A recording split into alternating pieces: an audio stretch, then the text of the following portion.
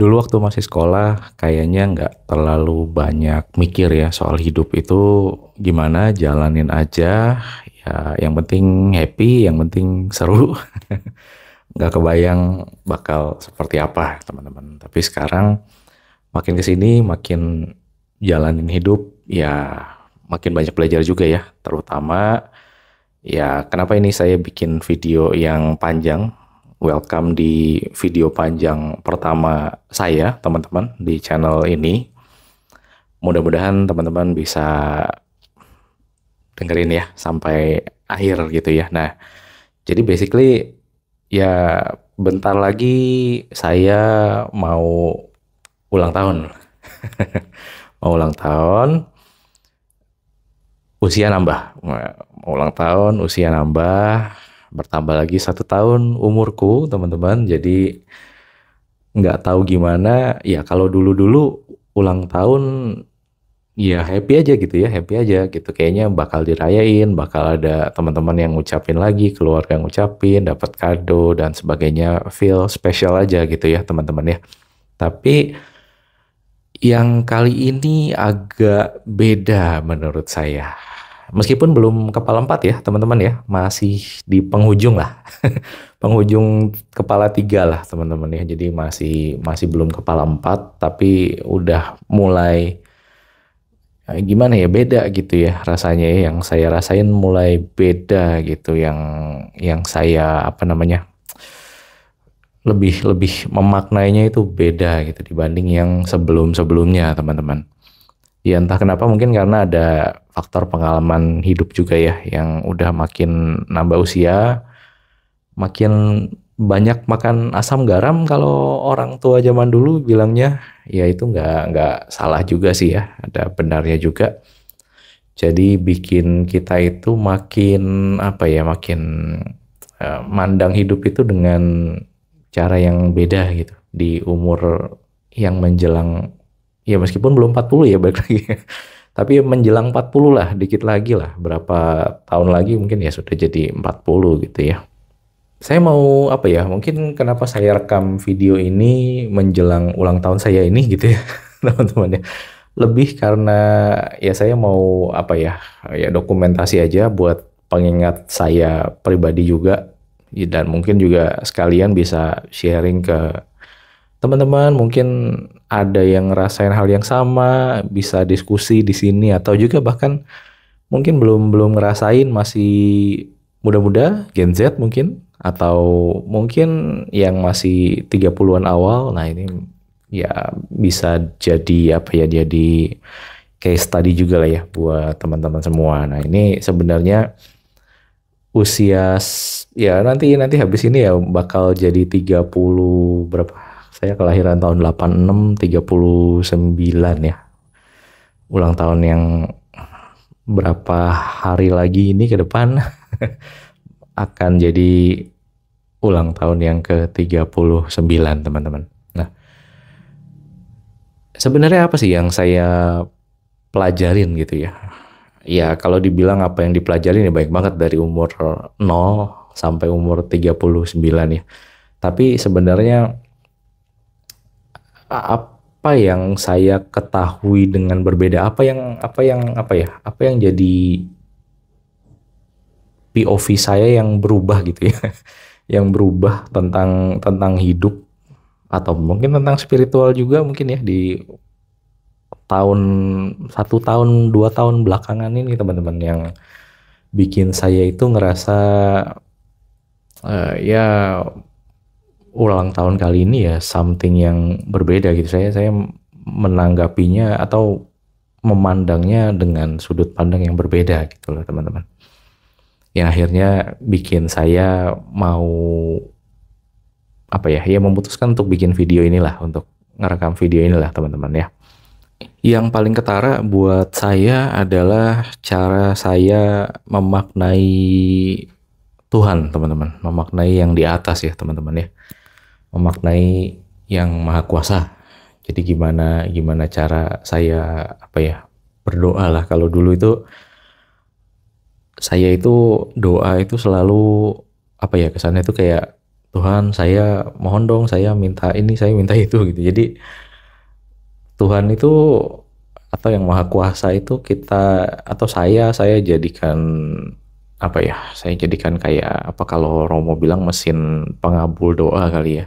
Jadi setiap kali saya doa itu saya minta gitu loh teman-teman. Jadi ya tolong Tuhan, saya besok mau ujian, kasih nilai A dong gitu. Waktu kuliah atau waktu waktu sekolah juga seperti itu. Mau ujian akhir, saya minta nilainya yang bagus dong Tuhan gitu, sampai ya bahkan ya itulah sampai minta-minta begitulah ke Tuhan.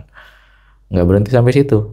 Kuliah juga minta ujian ujian nilainya bagus, terus kalau mau ada kejuaraan minta tim kita yang menang dan seterusnya. Sampai ke waktu kerja pun seperti itu. Minta rejeki lah, minta dikasih ini itu dan sebagainya. Jadi ya ya gimana ya, lebih lebih banyak mintanya aja sih ke yang maha kuasa gitu, ke yang di atas lah. Beberapa tahun belakangan ya saya mulai belajar gitu loh. Karena apa ya, mungkin apa yang saya minta nggak selalu dikabulkan juga sama yang di atas gitu. Bahkan sempat saya juga agak agak marah gitu, agak-agak sedih juga, kesel juga. Waktu apa, terutama faktornya waktu almarhum papa saya ya. Papa saya dulu beberapa tahun lalu ya berjuang sama kanker, terus ya akhirnya ya belum berhasil lah perjuangannya sampai akhirnya dipanggil sama yang di atas. Akhirnya dulu saya juga pernah apa ya, agak agak sedikit gimana ya, bukan marah tapi mempertanyakan gitu loh. Ya Tuhan, saya kan udah banyak doa, udah rosario, udah macam-macam, kok papa nggak disembuhin gitu loh, nggak dikasih kesembuhan, akhirnya malah dipanggil gitu. Nah itu salah satu faktornya gitu loh.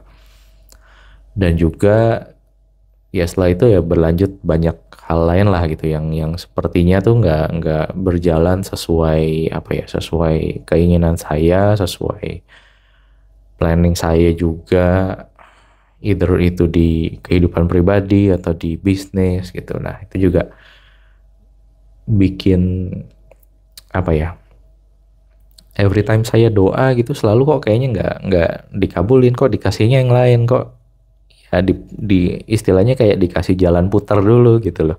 Lihat teman-teman saya, lihat kenalan saya, lihat orang dekat saya gitu, kok kayaknya lancar-lancar aja hidupnya, hoki banget gitu. Kok kalau saya pengen menggapai sesuatu harus disuruh kayak muter dulu gitu loh, lewat jalan yang lain yang agak panjang dan cenderung lebih lebih apa ya, butuh effort gitu dan sebagainya. Nah itu juga ya akhirnya memaknai juga, saya juga jadinya lama-lama ya nggak tahu gitu loh. Ya mungkin mungkin itu faktor dari yang di atas atau arahan dari yang di atas biar saya belajar gitu.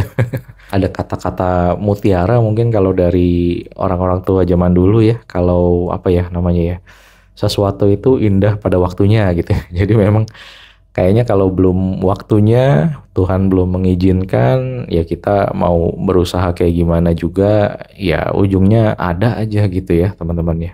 Tapi kalau sesuatu itu memang udah waktunya, udah memang momennya kita dapat, kayaknya kita nggak perlu terlalu berusaha keras, ya udah aja gitu kita bisa dapat. Nah, akhirnya saya juga memaknainya jadi hidup itu memang seperti itu gitu loh. Jadi seolah-olah butuh 38 tahun hidup saya untuk benar-benar memaknai satu kalimat itu gitu. Indah pada waktunya gitu. Sesuatu akan indah pada waktunya gitu loh. Dan juga memaknai kata-kata Romo gitu di tempat ibadah saya, kalau ya apa ya, jangan memperlakukan Tuhan itu sebagai mesin pengabul doa. Sama butuh 38 tahun hidup saya untuk benar-benar memaknai itu gitu loh teman-teman. Benar-benar menyadari makna dari kalimat-kalimat itu. Ya sekarang otomatis saya jalanin hidup itu, entah itu kehidupan pribadi atau juga di kerjaan ya teman-teman ya, di bisnis, di usaha, ya lebih ke apa ya, bukan pasrah sih sebenarnya, tapi lebih ke aware aja, lebih ke aware akan sesuatu itu kalau terjadi sama kita, sama diri saya gitu, baik atau buruk, ya saya memaknainya sebagai, ya itulah campur tangan yang maha kuasa dalam hidup kita gitu. Jadi kalau kita udah usaha, kita pengen A, tapi ternyata hasilnya itu kita nggak dikasih A, kita malah dikasih B. Ya sekarang saya lebih lebih apa ya, lebih legowo gitu, lebih ikhlas, lebih ikhlas lah, bahasanya lebih ikhlas lah teman-teman. Jadi lebih ikhlas, ya mungkin jalannya memang bukan A tapi jalannya B gitu. Nah otomatis itu juga jadi mempengaruhi psikologi saya gitu loh teman-teman, dalam dalam memandang sesuatu itu jadi lebih positif aja gitu rasanya, lebih nggak apa ya, ya ngotot sih, ngotot usaha gitu ya, saat kita kita pengen goal sesuatu, ada goalnya, kita set goal, ya kita usaha gitu ya, ngotot ngotot, tapi kalau ujungnya hasilnya nggak sesuai yang kita inginkan, nah itu saya sekarang memaknainya dengan berbeda. Saya maknainya dengan, oh mungkin belum jalannya, atau mungkin ada jalan lain yang lebih baik gitu, yang menurut Tuhan itu atau yang menurut yang di atas itu lebih baik gitu buat saya. Atau mungkin yang kedua ya, ya memang belum waktunya aja gitu. Kalau dibilang akan indah pada waktunya, ya ya kalau memang nanti saya bisa sampai ke goal yang tadi, yang A itu yang saya pengen sampai, ya nanti mungkin ada waktunya dalam dalam jalan lain gitu loh teman-teman. Dan memang apa ya, kalau saya runutin ya memang jadi seperti itu keadaannya. Seolah-olah kadang-kadang saya nggak pengen, ya pengennya A tapi nggak dapat A, dikasihnya B dulu gitu. Tapi nanti one day saya bisa nemu kesempatan untuk ke A lagi gitu loh teman-teman. Yang oh ternyata ini yang dulu gue manifesting, yang gue pengen, oh dapat juga gitu loh ternyata. Gitu. Dan kita jadi menghadapi hidup atau menghadapi proses atau berproses dalam hidup itu, ya saya nggak tahu, lebih lebih karena lebih ikhlas jadi lebih enteng aja gitu loh dalam menjalani hidup. Jadi bukan, ikhlas di sini bukannya pasrah teman-teman, ikhlas bukannya pasrah, ikhlas bukannya nggak mau usaha, ikhlas bukannya nggak mau kerja keras, tapi ya ikhlas itu ikhlas karena udah kerja keras, udah lakukan yang terbaik, tapi hasilnya memang belum sampai ke situ, ya sudah, ya ikhlas, mungkin belum belum waktunya aja teman-teman, atau mungkin ada jalan yang lebih baik gitu loh kalau menurut yang di atas gitu. Jadi ya itu sih mempengaruhi cara pandang saya terhadap hidup. Dan nomor dua, ini yang lanjutannya dari yang tadi teman-teman, yang pertama tadi ya, yang agak panjang itu. Nomor dua ya balik lagi, hidup itu tergantung cara kita memandangnya teman-teman, atau cara kita memaknainya teman-teman. Jadi ya gimana, ada satu orang kena, bisa ada dua orang kena satu masalah yang sama teman-teman, tapi ya bisa aja dua-duanya itu memaknainya beda. Misalkan ada orang A dan ada orang B gitu ya teman-teman ya, dua-duanya itu sama-sama rumahnya itu kena gempa, rusak teman-teman. Rumahnya kena gempa, rusak. Nah, beda orang bisa beda memaknai gitu ya. Si A bisa memaknainya sebagai, aduh musibah, bener-bener musibah. Gue itu ya dikasihnya musibah terus, dikasihnya cobaan terus. Rumah gue sekarang rusak gara-gara gempa. Lantai gue kebelah dua di tengah persis. pusing dia, stres, ngeluh. Sedangkan ada orang kedua, si B, sama-sama kena gempa, sama-sama rusak juga rumahnya. Dia memaknainya sebagai hal yang berbeda gitu loh teman-teman. Memaknainya sebagai, oh oke, berarti ini waktunya gue dikasih apa ya, dikasih atau gue diharuskan untuk berbenah nih, rapi-rapi rumah, buat benerin rumah, dandanin rumah. Udah dipaksa, udah waktunya seperti itu. Ya udahlah, gue benahin dulu rumah, gue beresin. Waktunya gue buat bagusin lagi rumahnya. Gitu teman-teman. Jadi ada apa ya? Hidup itu bisa bisa beda kualitasnya, tergantung gimana cara kita memandangnya, tergantung gimana cara kita memaknai apa yang nasib atau apa yang Tuhan kasih dalam hidup kita gitu ya. Ini saya juga jadi bukannya sok bicara spiritual karena saya juga sangat tidak ahli spiritual ya teman-teman ya. Banyak yang jauh lebih ahli lah dari saya gitu ya. Lalu yang ketiga teman-teman, yang berikutnya, ini lanjutannya juga dari yang tadi ya. Nah ini saya sekarang memaknai pain itu atau rasa sakit itu dengan sudut pandang berbeda gitu loh. Rasa sakit dengan penderitaan itu beda gitu. Pain sama suffering itu dua hal yang berbeda gitu loh. Rasa sakit itu ya apa ya? Ya itu sesuatu yang apa ya, kayak dari luar itu kasih ke kita ngerasain sekali gitu sakit gitu ya. Tapi habis itu keputusan kita untuk menderita atau enggak karena rasa sakit itu ya itu adanya di kita teman-teman. Tergantung cara kita mandangnya lagi teman-teman. Nah, salah satu contohnya beberapa waktu yang lalu saya sempat ya agak bisa dibilang slack lah. Kita sempat slack lah sama anggap aja perusahaan X lah. Nah, kita biasa dapat banyak project dari perusahaan X tersebut dan kita juga biasa karena kita apa ya, kita udah lama partneran sama perusahaan X tersebut, kita apa ya kayak jadiin prioritas lah. Pokoknya resource kita utamakan buat project-project yang dikasih sama si perusahaan X tersebut gitu loh teman-teman. Iya sampai suatu ketika ya kejadian tersebut gitu, mulai ada slack, mulai ada perubahan kebijakan, tolong dong direvisi invoice-nya begini, tolong dong diganti ini, tolong, dan seterusnya gitu ya. Komunikasinya pokoknya jadi agak kurang lancar ya teman-teman. Intinya ya kita juga nggak bisa ngomong lah salah siapa ya. Mungkin dari pihak si X itu ya kita juga ada salah, dari pihak kita juga kok kayaknya kita udah lakukan begini tapi masih kurang aja di mata lu gitu, nggak ada ininya gitu, nggak ada benernya gitu loh. Nah akhirnya lama-lama slack dan ya udah gitu, dan kayaknya kok projectnya mulai hilang nih gitu loh dari si X tersebut gitu ya. Dari si X tersebut projectnya mulai hilang dan ya udah sekarang sepertinya tinggal cuma nerusin project-project yang recurring, yang apa ya namanya ya, yang existing lah namanya ya. Project yang existing yang udah sisa-sisanya aja sih teman-teman.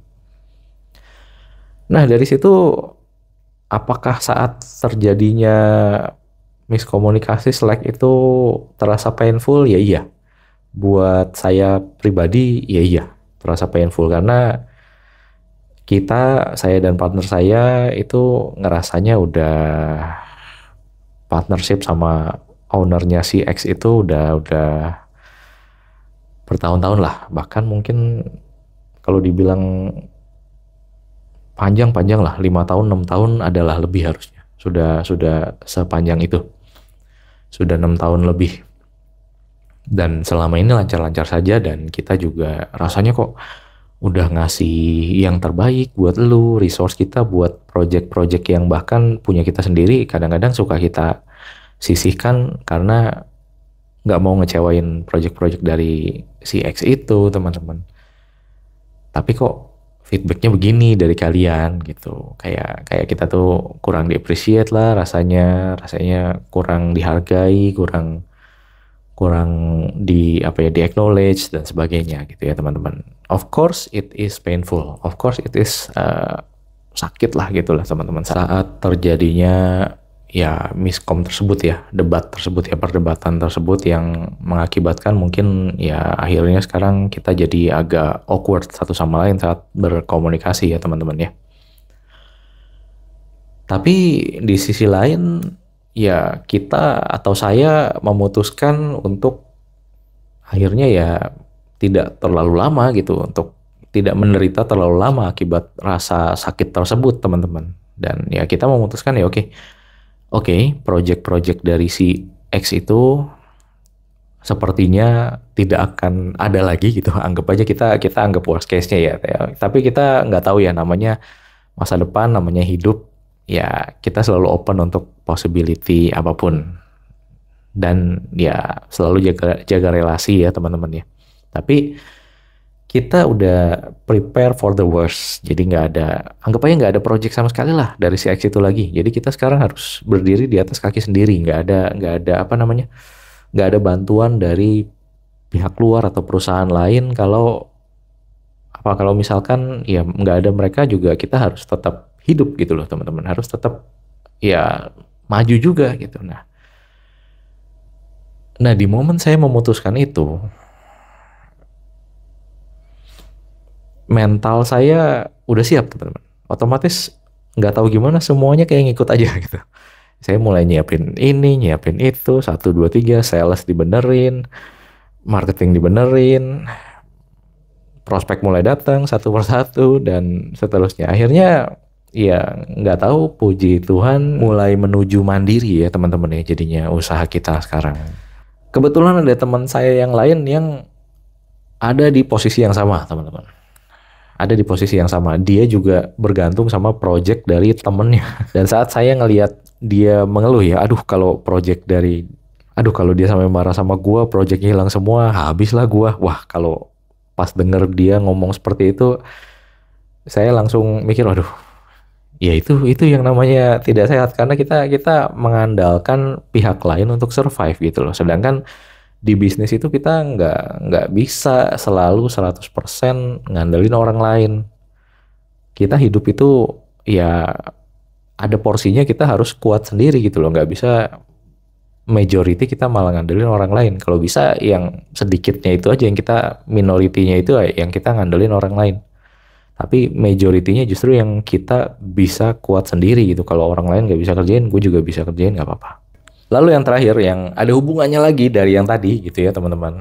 Circle kita otomatis akan semakin kecil teman-teman. Semakin bertambahnya usia, circle kita, persahabatan kita, lingkaran persahabatan kita, lingkaran pertemanan kita otomatis semakin mengecil gitu ya teman-teman ya. Karena apa, faktor kejadian ya seperti tadi lagi gitu. Karena makin kita berumur, makin kita masuk ke dunia usaha, dunia kerja, dunia bisnis, kayaknya network itu makin terasa transaksional gitu loh. Hubungan persahabatan, pertemanan itu jadi saya nggak bilang nggak murni lah ya, tapi semakin sedikit faktor kita menemukan persahabatan yang murni pure, karena ya udah dia tuh telepon kita atau WA kita atau kontak kita murni karena ingat sama kita atau perhatian sama kita. Itu semakin kecil teman-teman. Biasanya orang ya ingat kita karena dia butuh kita, karena ada satu hal yang dari diri kita yang dia butuh gitu loh, yang bisa menguntungkan dia atau kenalannya atau gimana ya mungkin ya. Jadi sifatnya lebih ke transaksional. Ya seperti itu sih kurang lebih. Dan juga faktor yang tadi itu, yang seperti kasus yang saya ceritakan tadi ya, cerita nyata yang tadi ya. Hubungan yang udah dibangun lama, bertahun-tahun, udah jadi baik, udah kayak best friends, tapi bisa juga ya karena urusan kerjaan ada satu orang lagi yang pihak lain yang datang di perusahaan tersebut, akhirnya bikin miskom, bikin slack, bikin berantem bahkan gitu ya, bikin berdebat, berantem, akhirnya jadi awkward, jadi ya yang ya di luar circle lah jadinya, jadi hilang circle itu. That's why saya juga jadi bisa memaknai ucapan dari salah satu mentor saya yang saya hormatin banget dulu mantan atasan saya. Beliau bilang begini dulu teman-teman. Gua bisnis itu sekarang umur segini gua nggak nyari untung gede-gede, Nes. Gue bisnis itu yang penting nggak rugi. Untungnya dikit nggak apa-apa, tapi gua nambah teman. Udah umur segini, nambah teman itu susah. Nyari musuh itu gampang. Tapi nambah teman itu yang susah. Jadi gue bisnis itu bukan buat untung gede-gede. Bukan buat nyari untung gede-gede. Tapi yang penting gak rugi. Ada untungnya aja dikit buat gue. Tapi yang penting dari situ gue nambah teman baru. Itu dalam teman-teman. Buat saya yang sekarang itu dalam teman-teman. Dan mudah-mudahan ya kalian juga bisa memaknainya dengan positif ya teman-teman ya. Yang mana saya sekarang jadi lebih bersyukur teman-teman. Kemarin ada kenalan saya tiba-tiba ngomong gitu. Nas, wah 12 hari lagi lu ulang tahun ya gitu. Itu saya, kalau saya yang dulu mungkin ya biasa aja gitu, asal lewat gitu ya. Tapi kalau saya yang sekarang memaknainya, wah thank you banget. Lu bahkan sampai ngitungin ke 12 hari gitu. Berapa hari? Dihitungin 12 hari. Bahkan saya sendiri lupa gitu loh. Kalau nggak dihitungin 12 hari lagi ulang tahun. Saya sendiri lupa exactnya berapa hari lagi gitu ulang tahunnya. Tapi betapa bersyukurnya saya yang sekarang masih punya kenalan-kenalan yang seperti itu teman-teman. Masih ngitungin gitu betapa perhatiannya orang itu gitu loh. Ngitungin 12 hari lagi lo ulang tahun, 12 lagi ya, 12 hari lagi si Ernest ulang tahun. Bener-bener beda buat saya yang sekarang teman-teman. Saya yang masih muda, atau mungkin saya juga ya sekarang nggak tua-tua banget lah ya.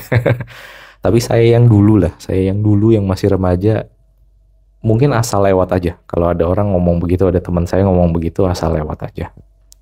Nggak terlalu saya, nggak terlalu saya perhatiin. Tapi sekarang itu berharga banget rasanya. Thank you banget buat orang tersebut. Kalau nonton video ini juga thank you banget.